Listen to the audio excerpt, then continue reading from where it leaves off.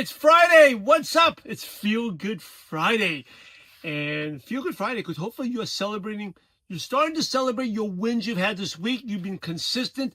If you weren't consistent at the beginning of the week, you actually did want to share with you on Monday, Tuesday, talk about the limiting beliefs and how you were framing something. Framing means the way you interpret something. Like, for example, get a rejection, that's bad, or you change it and then make it good, right? Yesterday I was actually sharing that with my oldest son. He was like, something was very, very difficult. He's getting negative about it. I was like, that's actually good because that actually makes you better, right? The way you change. You know, my late mentor, Jim Rohn, is talking about, it's all about philosophy, how you think.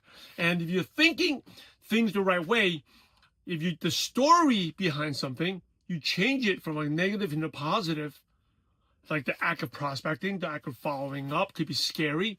Then you start actually taking the consistent action. And I want to share about courage. And sometimes you are going to feel not there, right? If you're waiting for fear to disappear, sometimes fear doesn't disappear.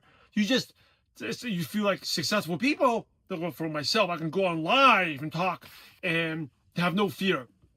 I'm always have some fear. Now the fear speaking today, definitely a lot less than 20 years ago when I was doing Toastmasters and speaking. I was speaking on conference calls. I was nervous. When I was in college, I wouldn't even participate. I would just take a C. I just didn't want to participate. So definitely way more, the fear is less. And the way I got out of it is, I just want to share something with you. Courage is sometimes not getting rid of the fear, is acting in spite of that fear. I want you to act in spite of the fear. And when you do it, guess what happens? Then the courage increases and the fear diminishes. And that'll allow you to take that consistent action.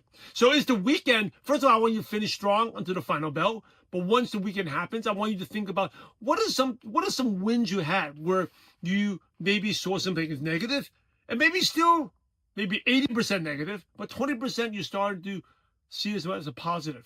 And that allows you to take more action. And that's where, and you are, as a result, being more brave and having more courage, right? It's not about getting rid of the fear, it's acting in spite of the fear. And the more you take that consistent action, the fear will start slowly, maybe you cannot get rid of it, but diminish. The more you diminish, the more consistent action you will take. So that's my message for you. And there's challenges. I just had a huge challenge yesterday, but there was an aha moment. I would not have had my aha moment if I didn't have that challenge. I shared with you earlier this week what's happened. So anyway, God bless. Have an amazing weekend. No traveling for me this weekend, but baseball tournaments. But before that, I am going to recap the week, and hopefully you do that as well, and also plan on next week. Hey, have an amazing week.